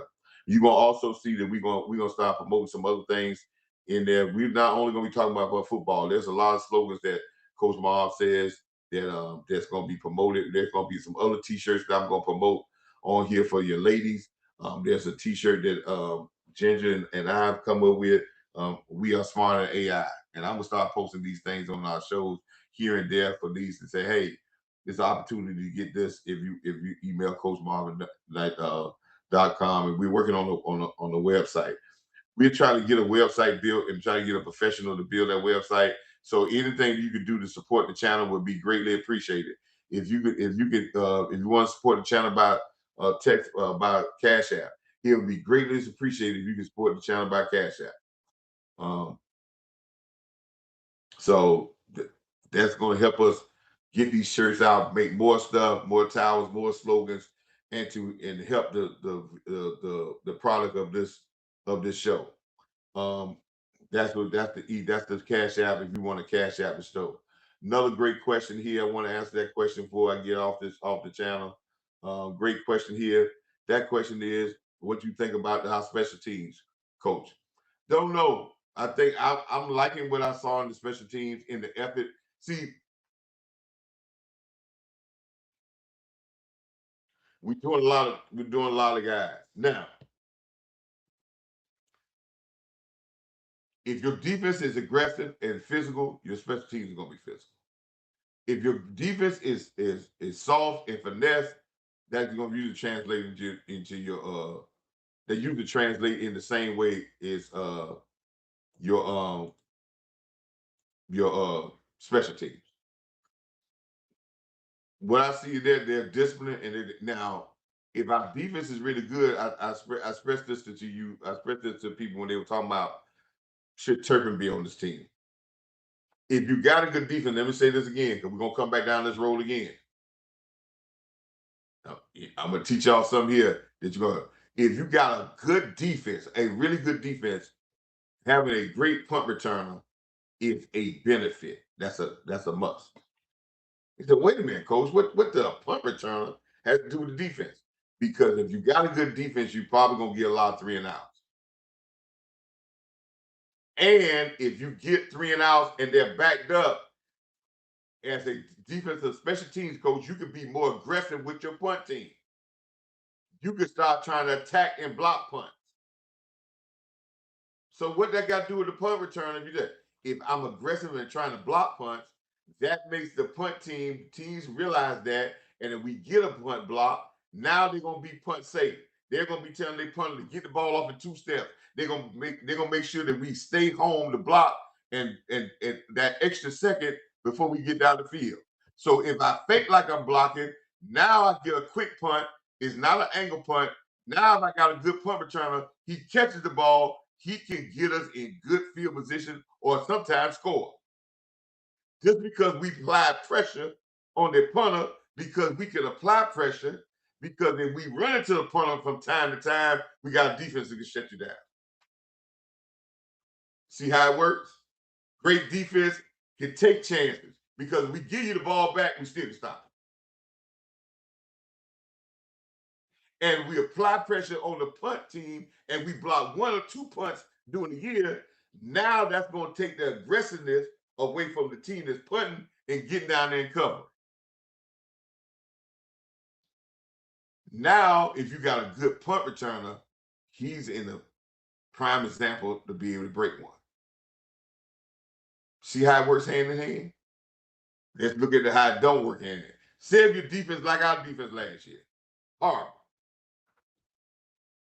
You think we try, if we do get a 3 and out, you think we try to go at the punter? Hell no, because if we run to the punter, you're gonna get the ball scored. We give you the ball back, you're gonna score. We just happy to get off the field at least once or twice and make you punt. So we ain't aggressive getting off the field. Guess what? The other teams know that you don't go after the punt because you ain't trying to make a mistake. So they angling punts. They got people getting down the field right now so they can corral your punt return. They don't feel you, so they're getting out of there. But if you got a good defense, it applies pressure to the special teams.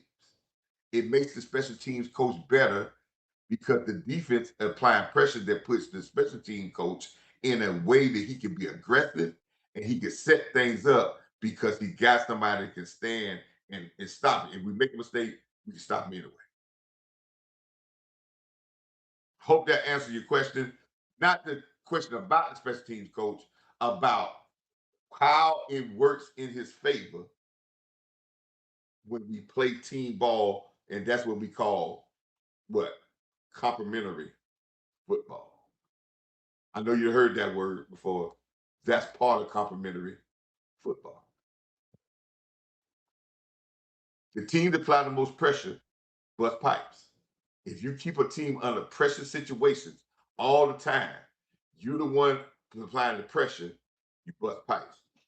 Mr. Corey Mealy would love that. He's a boxing guy, and he understands that. The boxer that applies the pressure the most, guess what? Usually makes the other guy crack. And when they crack, you take advantage of their mistakes. As I said, man, went on 2 hours, but listen here, we got some other people probably coming on. I need to get off here. It's already late for me. We getting closer into the hour. I got to return these emails and I got to get up for a long work week. But as I always say, man, nothing and no one can stop God's will. Went through that today, man. Had a good Bible study thing early this morning, man. Talked about God's will, about prayer. Prayer keeps us away from mistakes, keeps us away from getting into bad stuff. Just the Lord's Prayer. Man, you listen to the Lord's Prayer, it teaches you how to pray, giving God his respect, his reverence, asking him for help to stay away from our mistakes, to forgive people from their mistakes, to keep us away from hurt, harm, and danger. Give us all the stuff we need to finish that day, our daily bread, and making sure that if he knows that his will be done on this earth as is in the great place he makes in heaven. Also, we say the Lord's Prayer, it tells you, and at the state it said, because he is the power. And he deserves all the glory and all respect. That Lord's Prayer teaches us how to talk to God with respect and asking for what we need, protection, staying away from stuff, our needs, and apologizing for our shortcomings, and being able to forgive people for doing stuff against us. Powerful prayer. We used to say that prayer every practice when I was playing football, and when I coach football, we say that every day, our players. After every practice, after every game, the Lord's Prayer. And it protected us. And as I said, man, we got to have a discerning spirit. And that prayer is the part about the discerning spirit that we need. So we can be able to figure out what's right, what's wrong, and what's good and what's bad. Cowboy Nation, be proud of your football team. And don't let no people just be mindful, it just won. When people can ask you about the Super Bowl, tell them, say, nope, I don't know about the Super Bowl, but I know the Saints are next. I don't know about the Super Bowl, but I know the Saints are next.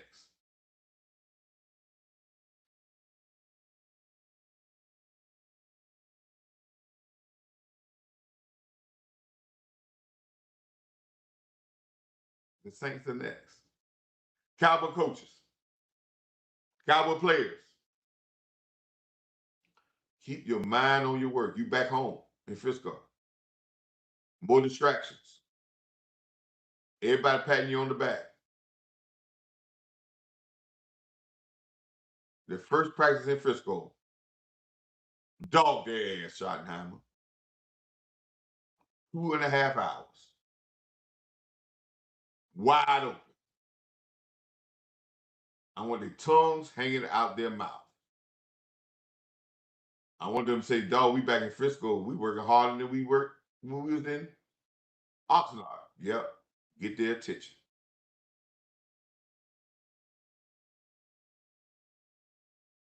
That's it. Keep your mind on your work. Until next time, people, have a blessed, blessed, blessed